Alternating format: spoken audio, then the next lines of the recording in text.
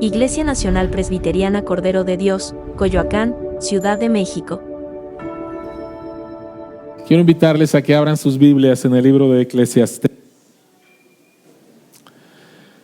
El libro de Eclesiastés, capítulo 1. Empezamos esta serie la semana pasada. No pude estar aquí por cuestiones de enfermedad y agradezco mucho todos los mensajes recibidos, palabras, deseos, oraciones. Muchísimas gracias. Me sentí muy amado por Dios por medio de el amor que recibí de ustedes a través de sus deseos, palabras y oraciones. Y quiero invitar nuevamente a las personas que están en la parte de atrás, que están parados. Hay lugares que se han desocupado y queremos pedirles que se acerquen y puedan sentarse.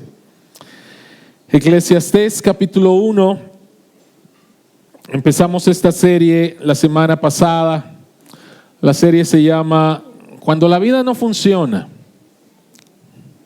Cuando la vida no funciona. La semana pasada fue una introducción a toda esta serie, los primeros 3 versículos del capítulo 1 y después la conclusión del autor de Eclesiastés en el capítulo 12, versículos 13 y 14.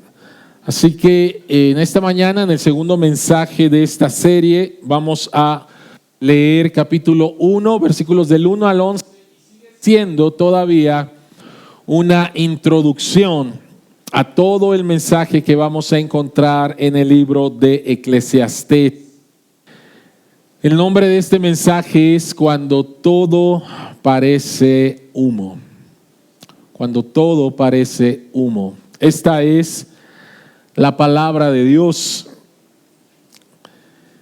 Estas son las palabras del maestro hijo de David, rey en Jerusalén. Lo más absurdo de lo absurdo, dice el maestro. Lo más absurdo de lo absurdo, todo es un absurdo. ¿Qué provecho saca el hombre de tanto afanarse en esta vida?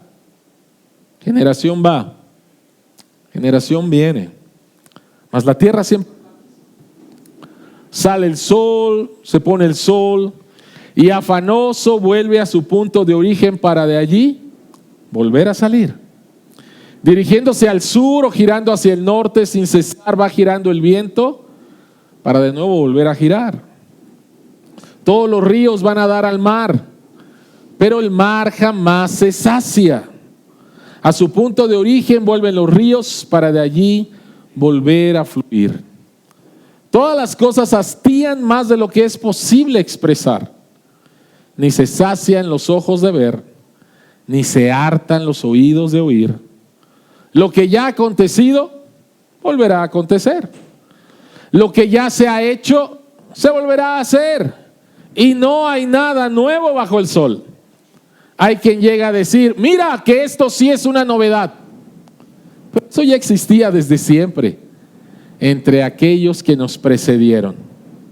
Nadie se acuerda de los hombres primeros como nadie se acordará de los últimos. No habrá memoria de ellos que habrán de suceder. Esta es palabra de Dios. Oremos. Al abrir tu palabra, Señor, en este libro, queremos rogarte que podamos ver las maravillas, Señor, que hay en tu palabra, en este libro, Señor, tan diferente a otros libros en tu palabra, pero con tanta esperanza también.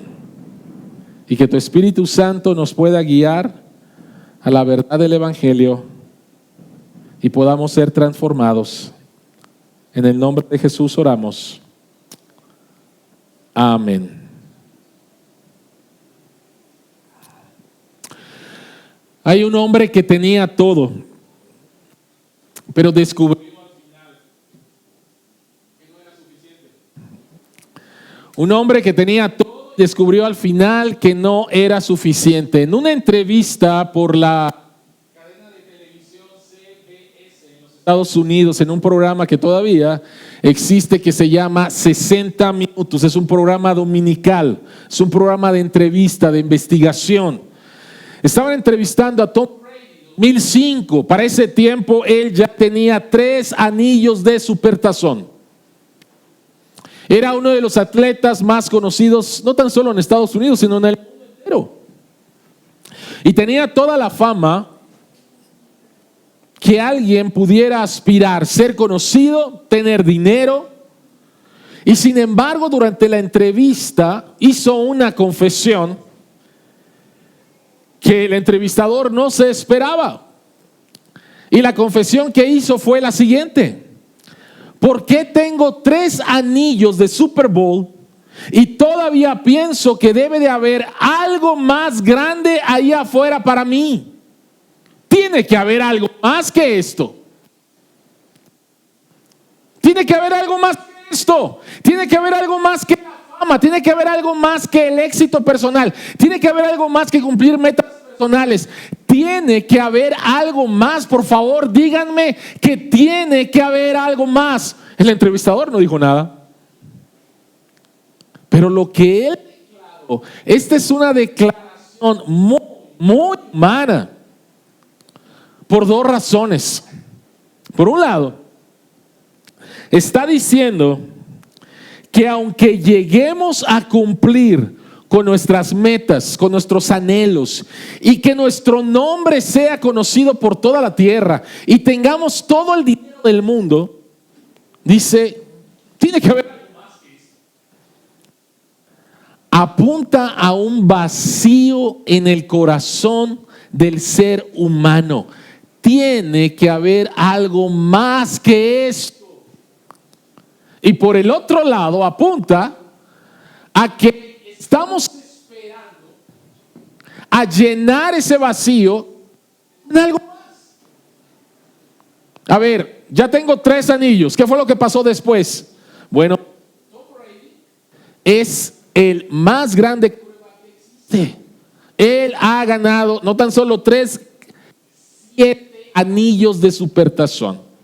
¿Qué pasó después del 2005? En el año 2006 él se casó con la top model Gisele Bündchen, una de las mujeres más famosas en toda la vida. Y siguió ganando dinero, y siguió ganando dinero, y siguió ganando dinero. Se retiró exitoso de su carrera como quarterback del fútbol americano. Es copropietario de los Raiders de Las Vegas el día de hoy, es comentarista de televisión y sigue teniendo más cosas.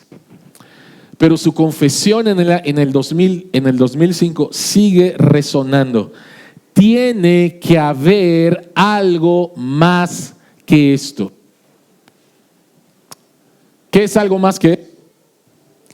¿Qué es algo más que esto? ¿Qué es lo que tú dices que si lo tuvieras vas a estar completo, vas a estar lleno, vas a estar satisfecho, tu vida va a estar llena de significado? Y para algunos puede ser, y el matrimonio tiene que ser lo que tiene que llenar mi corazón. Me he sentido muy solo, muy vacío durante toda mi vida. De seguro un hombre, una mujer, hijos me van a hacer sentir lo que siempre he buscado. ¿Qué más? Puede ser un ascenso en el trabajo. Si consigo este ascenso, entonces voy a sentirme satisfecho. O puede ser, por favor, ¿qué más? ¿Qué más puede ser?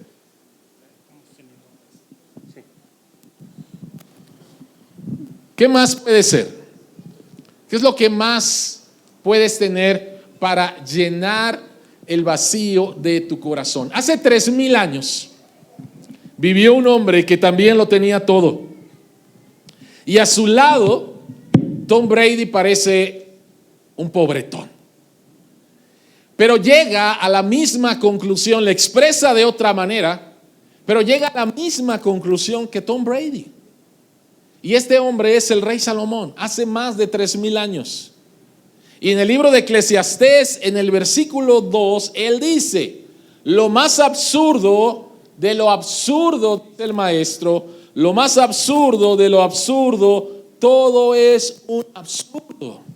En la versión Reina Valera dice vanidad de vanidades, todo es vanidad. Llega a la misma conclusión que al ver esta vida, teniendo absolutamente todo, realmente la vida es vana, es absurda. Ahora, algo que es muy importante aquí de notar, y el pastor Fernando lo dijo la semana pasada, es que aquí encontramos una repetición, encontramos un hebraísmo con la palabra que la NBI traduce absurdo, que la Reina Valera traduce vanidad, y que en el original la palabra es hevel. Hevel. Las que están aprendiendo hebreo, bueno, aquí ya una buena palabra, hevel. Y hevel significa humo, vacío, absurdo, efímero. Es como tratar de agarrar el humo y de repente desaparece. Y lo que Salomón está diciendo es que la vida es absurda. La vida es vanidad. Ahora, yo tenía muchos problemas con la palabra vanidad, y cada vez que leía Eclesiastés 1:12 y decía vanidad de vanidades, todo es vanidad, la verdad es que no me hacía clic en mi cerebro, porque cuando tú dices esa persona es una vanidosa, ¿qué es lo que estás diciendo de esa persona? ¿Qué es lo que estás diciendo de esa persona? Estás diciendo que se cree mucho, ¿no? Es una persona vanidosa. Pero si dices una persona vana, estás diciendo otra cosa. No estás diciendo que se cree mucho, estás diciendo que simplemente no tiene valor, no tiene peso, ¿sí? No tiene nada. Y ese es el sentido de la palabra. Es muy importante cuando lees las escrituras y estás leyendo un texto, y si hay una palabra que se repite y se repite y se repite, es Dios diciendo: pon atención, porque esta palabra es muy importante para entender el significado de todo lo que estás estudiando o de todo libro. Y la palabra vanidad o la palabra hevel o la palabra absurdo se repite 39 veces en el libro de Eclesiastés. Por lo tanto, Dios te está diciendo: pon atención a esta palabra, porque es importante para entender todo el significado del libro. El hombre que lo tenía todo y se dio cuenta que algo más le faltaba. Salomón, Tom Brady y muchas otras personas. Vanidad de vanidades, todo es vanidad. Absurdo del absurdo, todo es un absurdo. Después de dar esta declaración, que la verdad es deprimente, alguien dijo que si la Biblia fuera una fiesta, el libro de Eclesiastés sería el aguafiestas. Imagínate, no quiero compartirte la Biblia, Eclesiastés 1:2, absurdo del absurdo, todo en la vida es absurdo. Pum, cerramos la Biblia. Pues qué mensaje tan deprimente. Ahora, después de este mensaje tan fuerte, en el versículo 3, él va a hacer una pregunta. Y es la pregunta a contestar en todo el libro de Eclesiastés. Y la pregunta es: ¿qué provecho recibe el hombre de todo el trabajo con que se afana bajo el sol? En otras palabras, ¿qué va a quedar de todo lo que hago? ¿Qué va a quedar? Esa es la pregunta. ¿Qué es lo que va a quedar? El libro de Eclesiastés es un libro muy, muy honesto. Y esta frase, bajo el sol, se repite 29 veces en el libro de Eclesiastés. La palabra hevel, humo, vapor, vanidad, absurdo, 39 veces. Pero la frase bajo el sol se repite 29 veces, así que tenemos que definir. El pastor Fernando lo hizo la semana pasada, así que es importante recordar ¿Qué significa la palabra bajo el sol en el libro de Eclesiastés? Porque si no lo entiendes, vas a malinterpretar el mensaje y vas a decir, oye, la Biblia tiene unos mensajes medio raros. La palabra bajo el sol es una perspectiva de la vida 100% humana. Dios no entra en esta ecuación. Bajo el sol. Así que miramos la vida y este hombre Salomón apenas está introduciendo el tema. Este hombre Salomón, después de que lo tiene absolutamente todo, y en los siguientes domingos vamos a ver qué es lo que tenía este hombre, él llega a la conclusión de que la vida bajo el sol, solamente desde esta perspectiva, es un absurdo, es una vanidad, es un vapor, es humo, es humo. Parece que lo puedes agarrar y desaparece. Eso es lo que él está diciendo. Y la pregunta que tenemos que contestar en esta mañana es: si la vida parece humo, ¿dónde podemos encontrar un significado que realmente permanezca? Si la vida parece humo, vapor, absurda, no hay absolutamente nada firme, ¿dónde podemos encontrar un significado que realmente permanezca? Y en este pasaje, especialmente versículos 4 al versículo 11, lo cual es un poema en hebreo, vamos a encontrar la respuesta que nos da Salomón, el maestro, el predicador, al inicio de este libro.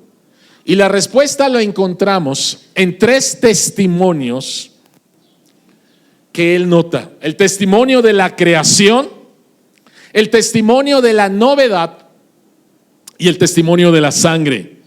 Y en cada uno de estos testimonios vamos a encontrar la palabra Hevel de alguna u otra manera. Así que vayamos al punto número 1, el testimonio de la creación. ¿Cuál es el testimonio de la creación? Y él va a decir que la creación afirma que nada de lo que hacemos es eterno, somos finitos. Pero antes de entrar en eso, tenemos que recordar la primera vida absurda, la primera vida vacía, la primera vida que se fue como un vapor, como un humo. ¿Y cuál es esta vida?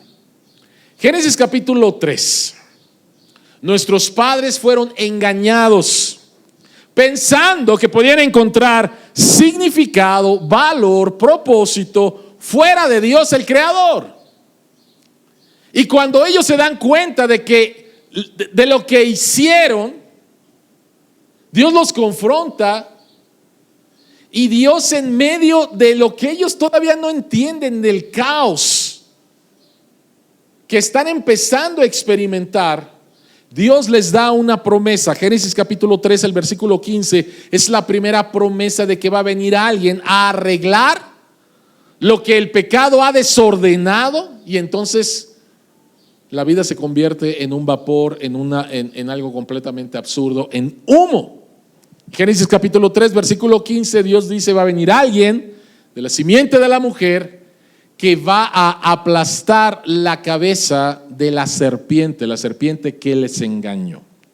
Ahora, es muy interesante que Génesis capítulo 4 se nos dan los nombres de hijos de Eva, y el primer hijo de Eva es Caín. Y los nombres tienen un significado. Y el significado: Caín, dice, ella concibió y dio luz a Caín, y dijo: con la ayuda del Señor he tenido un hijo varón. ¿Sabes qué significa eso?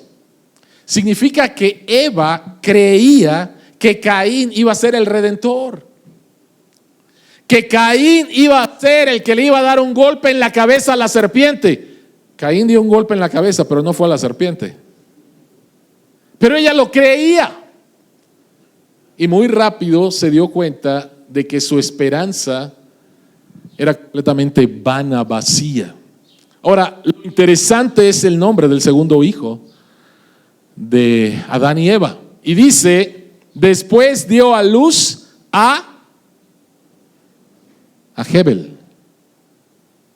El nombre que encontramos, la palabra Jebel que encontramos en Eclesiastés 1:2, repetida 3 veces, vanidad de vanidades. Todo es vanidad, absurdo del absurdo, todo es un absurdo, humo, todo es humo. Eso es lo que significa la palabra Abel. Hebel. Entonces, imagínate que te ponen el nombre Hebel, que tu nombre no tiene significado, que tu nombre no tiene peso, que tu nombre es como humo. Imagínate que te ponen eso. Ahora, ¿qué fue lo que pasó? ¿Qué fue lo que pasó entre estos dos hermanos? La historia continúa, se presentan delante de Dios. Abel reconoce verdaderamente quién es Dios, adora a Dios como se le tiene que adorar. Caín no. Caín quiere adorar a Dios con base a sus propios términos. Y cuando es confrontado por Dios, se llena de amargura, se llena de enojo. Y entonces asesina a su hermano. Por primera vez la tierra absorbe la sangre de un ser humano. Entonces la vida de Abel, su muerte es una muerte vana, sin significado, absurda. Y nosotros entendemos perfectamente eso. Hay tantas cosas absurdas, tantas muertes absurdas, tantas cosas que son vacías en este mundo. La palabra de Dios es muy honesta con respecto a cómo es vivir la vida bajo el sol. La vida en un mundo caído. La Biblia no trata de maquillar lo feo que es la vida. Y desde el principio encontramos esto. Qué muerte tan absurda y qué muerte tan fea en manos de su hermano. El que era justo y que buscaba a Dios fue asesinado por alguien que no amaba a Dios. Y podemos entender esto desde el principio, lo encontramos en las Escrituras. Y entonces Salomón hace un examen de lo que es la vida. Y mira lo que escribe. Generación va, generación viene, mas la tierra siempre es la misma. Sale el sol, se pone el sol, vuelve a salir el sol, el viento va al norte, va al sur, vuelve a salir el viento, los ríos dan al mar, pero el mar jamás se sacia. ¿Qué es lo que está diciendo Salomón? Salomón está diciendo y está hablando acerca del ciclo monótono que encontramos en toda la creación de Dios. Y lo compara con nosotros que vamos y venimos y pareciera que lo único constante es este ciclo. Hoy en la mañana salió el sol, hoy en la tarde se va a poner el sol y el día de mañana va a salir el sol a las 6 y no sé cuánto y hoy se va a poner otra vez y así es. Y en comparación con lo que sí permanece, de repente vemos la mortalidad del ser humano. No nos debe de sorprender que el libro de Eclesiastés y la visión de una vida debajo del sol se parezca a una corriente filosófica llamada existencialismo. El existencialismo es la creencia de que el ser humano debe crear su propio significado porque el universo no se lo proporciona. Voy a leer lo que dice un escritor con respecto a esto. dice, el existencialismo es la creencia de que el ser humano debe crear su propio significado porque el universo no se lo proporciona. Y dice, esto crea una angustia existencial. Al tomar plena conciencia de nuestra libertad absoluta y de que no existen guías morales, universales o divinas predeterminadas, surge un sentimiento de profundo vértigo, incertidumbre y desamparo, cuya conclusión es reflejada al principio del libro de uno de las personas que, si hablas de existencialismo, este es uno de las personas que puedes entender esta corriente filosófica, y es Albert Camus. Y en el libro, el mito de Sísifo, él dice, no hay sino un problema filosófico verdaderamente serio. O sea, la única pregunta verdaderamente seria que te tienes que hacer en la vida es el suicidio. ¿Por qué? Porque la vida es un absurdo. ¿Por qué? Porque la vida no tiene significado. Llegas a esta vida y el universo no te va a dar ningún significado. El domingo pasado el pastor Fernando habló acerca de uno de los ateos más, Richard Dawkins, y que decía, el universo no te da ningún significado. Entonces, como el universo no te da significado y no existe Dios, no hay ningún Dios, tú mismo tienes que crearte tu propio significado. ¿Y entiendes lo que significa esto? ¿Entiendes lo que significa esto? Albert Camus dice, no hay sino un problema filosófico verdaderamente serio, y este es el suicidio. De alguna manera, el existencialismo valida el mensaje del libro de Eclesiastés en la postura de una vida debajo del sol. Ahora, el existencialismo no nos da una verdadera esperanza, porque la esperanza del existencialismo es: crea tu propio significado y adelante.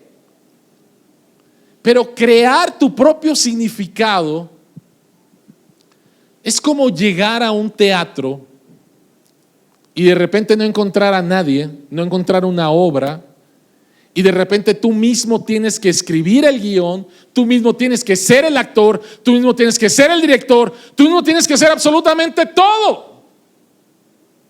O piensa en esto: si la vida no tiene ningún significado y tú tienes que crear tu propio significado, ¿qué pasa cuando te mueres? Pues tu significado se muere contigo. Por lo tanto, no es algo real, no es algo de peso, carece verdaderamente de significado al final. Y esto es lo que está diciendo Salomón en el libro de Eclesiastés: vanidad de vanidades, absurdo de lo absurdo, todo es absurdo. La vida es como un humo si vivimos en esa perspectiva. Los existencialistas terminan diciendo: crea tu propio significado. La Biblia no. La Biblia no. Y vamos para allá. ¿Cómo puedo encontrar un lugar donde realmente encuentre significado para mi vida? El testimonio de la creación. Ahora con el testimonio de la novedad. ¿Cuál es el testimonio de la novedad? En primer lugar, nuestra búsqueda de sentido no puede provenir de la creación de algo nuevo. Salomón continúa diciendo, antes de Salomón encontramos a otro de los exponentes del existencialismo, Jean-Paul Sartre. La vida no tiene sentido a priori. Antes de que vivas, la vida no es nada. Te corresponde a ti darle un sentido. Y uno de los sentidos en los cuales buscamos es a través de la novedad, de lo nuevo. Y Salomón entonces escribe, versículo 9: lo que ya ha acontecido, volverá a acontecer. Lo que ya se ha hecho, se volverá a hacer. Y no hay nada nuevo bajo el sol.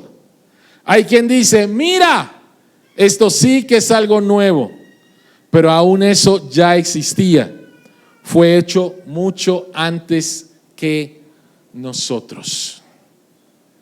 Y lo que Salomón está hablando aquí es que si buscamos el significado de la vida en crear algo nuevo, al final esto no nos va a satisfacer. Nuevamente nos vamos a quedar como Tom Brady. Debe de haber algo más. Y la Biblia no está en contra de la creatividad o de la innovación. De hecho, en Génesis capítulo 1 encontramos que en el mandato que Dios da al hombre y a la mujer, el mandato de cultivar, de crear, de innovar, de inventar. Pero no para encontrar el significado ahí. La Biblia no está en contra de la creatividad humana, la cual es buena.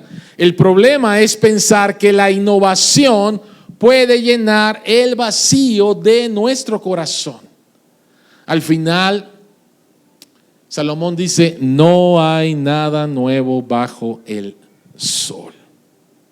Y en el versículo 8 dice que la novedad nunca satisface nuestro corazón. Todas las cosas hastían más de lo que es posible expresar, ni se sacian los ojos de ver, ni se hartan los oídos de oír.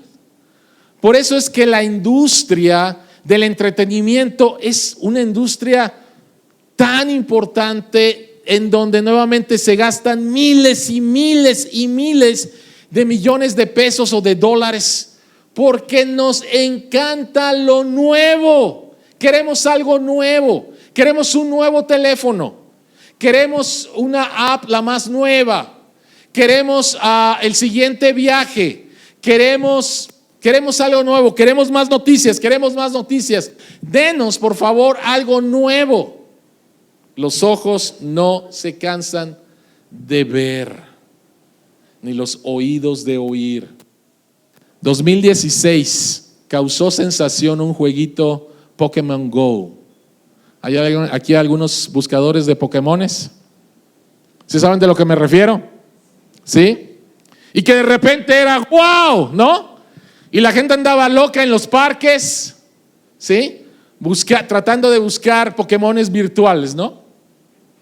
Y durante un tiempo parecía otra vez, esta es la novedad, todo el mundo habla de eso, todo el mundo anda loquito, ¿sí? Tratando de buscar. ¿Y después qué pasó de un tiempo? ¿Alguien te ha invitado últimamente a andar cazando Pokémones? No, ¿verdad? Ya pasó. Estamos en el 2026, pasó hace 10 años. Y ya no es novedad. ¿Qué es la novedad ahorita? Ya el de fútbol. Pero va a pasar en un mes y medio. ¿Y qué es lo que sigue? ¿Y qué es lo que sigue? ¿Y qué es lo que sigue? ¿Y qué es lo que sigue? Y nuestro corazón está buscando y buscando encontrar algo en lo que sigue, en la novedad. Vivimos en una cultura obsesionada con lo nuevo y Salomón dice, no hay nada nuevo absolutamente bajo el sol.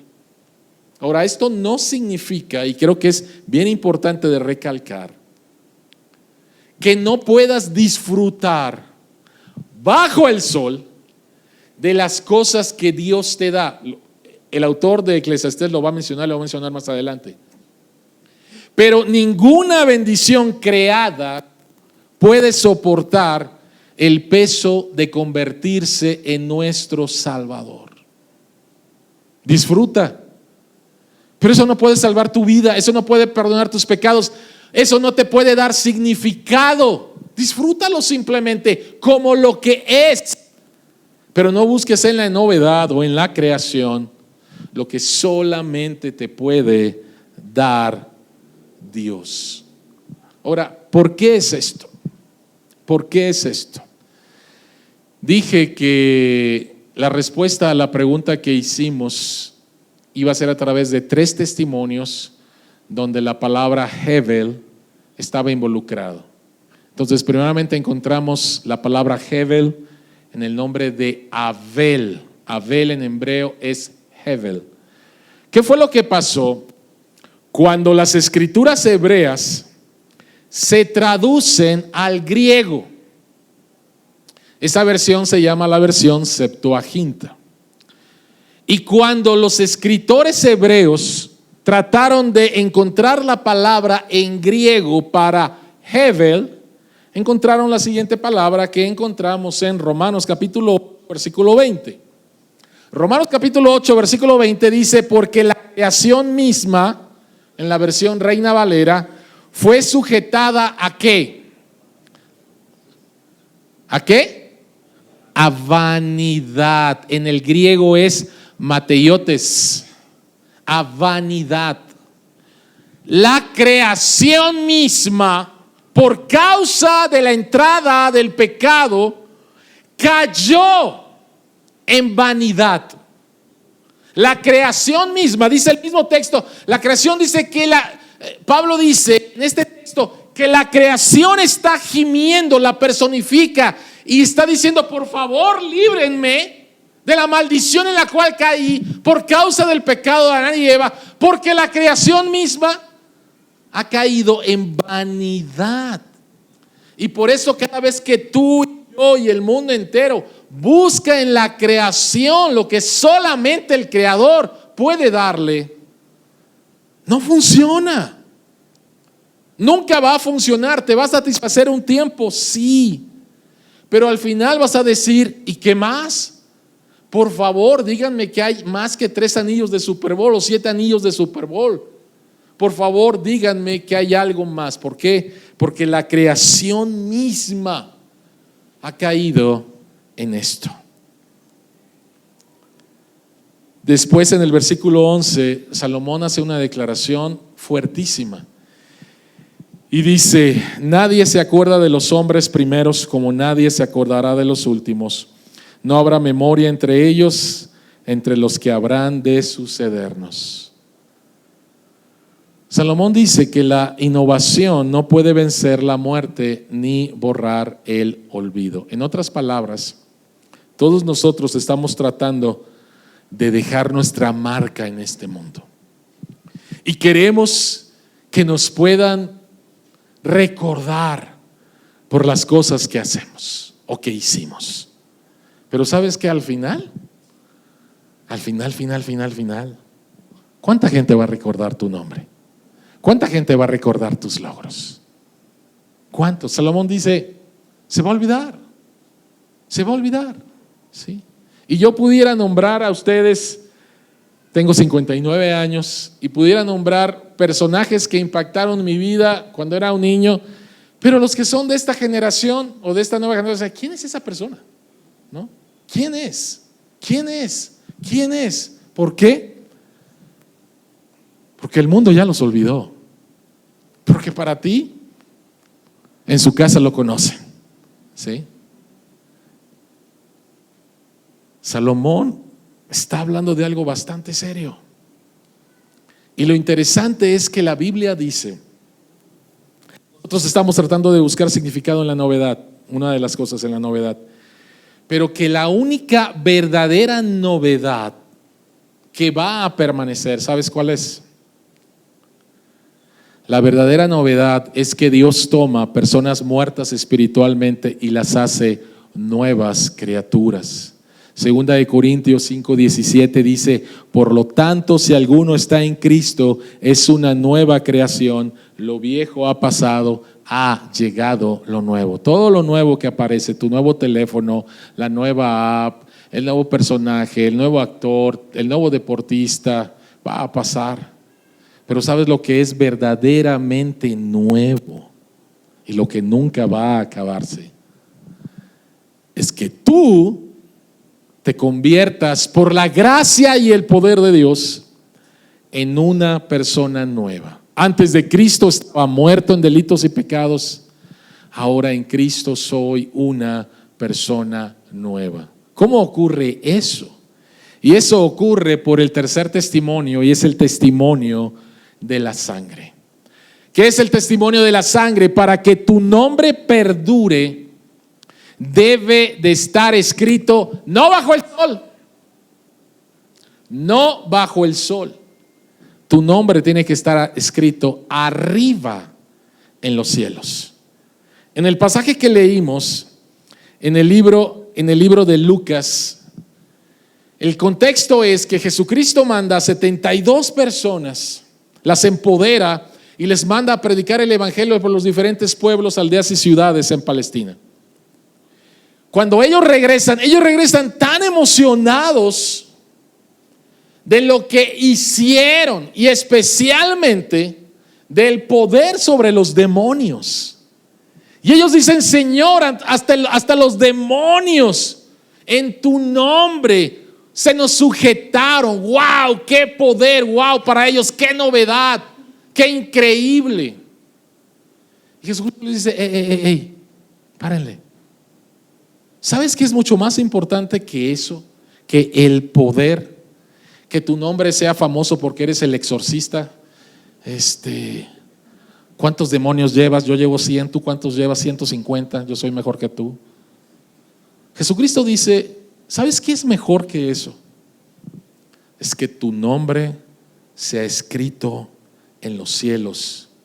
No que tu nombre sea conocido por los hombres, sino que tu nombre sea conocido por Dios. Ahora la pregunta es: ¿cómo nuestro nombre puede ser conocido por Dios? Hebreos capítulo 12, versículo 24. Ustedes se han acercado a Jesús, el mediador de un nuevo pacto, y a la sangre rociada que habla con más fuerza que la de ¿quién? Que la de Hebel, que la del vapor, que la del humo, que la del absurdo. La sangre de Cristo habla con más fuerza que la de Hebel, que la de Abel. Ahora, por favor, quiero que por un momento pienses desde una perspectiva solamente humana lo absurdo de la vida de Jesús, lo vacío de la vida de Jesús. Empezó a predicar a los 30 años, juntó a un grupo de seguidores y a los 33 años fue traicionado por uno de ellos. Los demás lo abandonan. Los que lo aclamaban una semana antes ahora están gritando: crucifícalo. No pudieron encontrarle ningún delito, mas sin embargo lo declaran culpable. Lo llevan, lo desnudan, lo llevan a la cruz como un horrible criminal. Y en la cruz hace una declaración que dice: Dios mío, ¿por qué me has desamparado? Desde el punto de vista bajo el sol, meramente humano, la vida de Jesús fue como humo, fue como un vapor. De repente encendió, de repente llegó a un pináculo y vamos para abajo.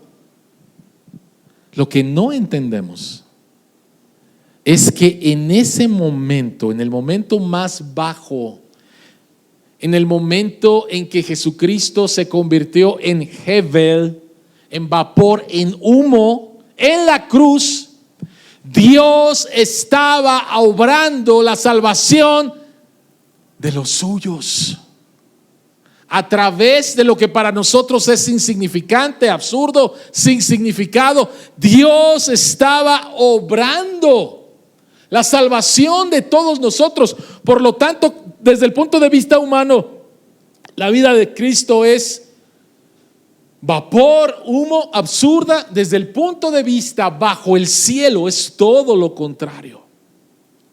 Él vivió la vida que tú y yo no podíamos vivir. Él sufrió la muerte que tú y yo merecíamos. Y por medio de ese sacrificio es que nosotros ahora es que podemos tener una vida de significado en medio de un mundo caído bajo el sol, pero no desde la perspectiva bajo el sol, sino de la perspectiva de nuestro Padre Celestial. Y entonces Él nos da un nuevo nombre, dice Apocalipsis, o que nuestros nombres van a estar escritos en el libro de la vida, y es la promesa de nuestro Dios que nuestro nombre jamás va a ser borrado de ahí. Deja de estar buscando que los hombres, mujeres, bajo el sol reconozcan tu nombre. Es muchísimo mejor que Dios conozca tu nombre y que tu nombre, porque estás en Cristo, sea conocido no bajo el sol, sino arriba del sol. Regresando al existencialismo. El existencialismo nos da permiso para escribir nuestra propia historia, pero no puede impedir que el tiempo cierre el libro. El existencialismo es como un niño a la orilla del mar construyendo un castillo de arena y de repente termina y es una obra de arte y viene una tremenda ola y lo destruye todo. Y el existencialista se acercaría al niño y le decía: hazlo mañana otra vez, busca tu felicidad, sigue desarrollando tus talentos, construye otra vez un castillo de arena. Y otra vez el niño, pero otra vez la ola y lo vuelve a destruir. El evangelio le diría a este niño: ¿no te das cuenta que hay una ola que va a destruir todo lo que estás construyendo? O sea, sabemos cuál es la realidad de la vida, no la negamos. Mejor construye sobre la roca. Así que cuando venga la ola no va a destruir lo que estás construyendo. Es muy diferente. El existencialismo te da permiso para decir: yo voy a descubrir mi significado, pero ¿sabes qué? No puede impedir que el tiempo cierre el libro. Si tu esperanza está en lo que construyes, el tiempo terminará destruyéndola. Pero si tu esperanza está en Cristo, ni siquiera la muerte podrá quitártela. El existencialismo dice: inventa el sentido de tu vida. Ahí está. El evangelio dice: descubre el sentido para el que Dios te creó y que Cristo hizo posible. Que Cristo hizo posible. Tom Brady, en esa entrevista, ¿habrá algo más? ¿Habrá algo más? Y el matemático, físico, filósofo del siglo XVII, un hombre francés al cual le debemos muchas cosas en ciencia, escribió lo siguiente: Blaise Pascal: hay en el corazón del hombre un vacío con forma de Dios que no puede ser llenado por ninguna cosa creada, sino solo por Dios mismo, revelado en Jesucristo. Hay en el corazón humano un vacío con la forma de Dios. ¿Y qué hace Salomón? Próximo domingo: sabiduría, conocimiento. Ese es el significado. La voy a llenar.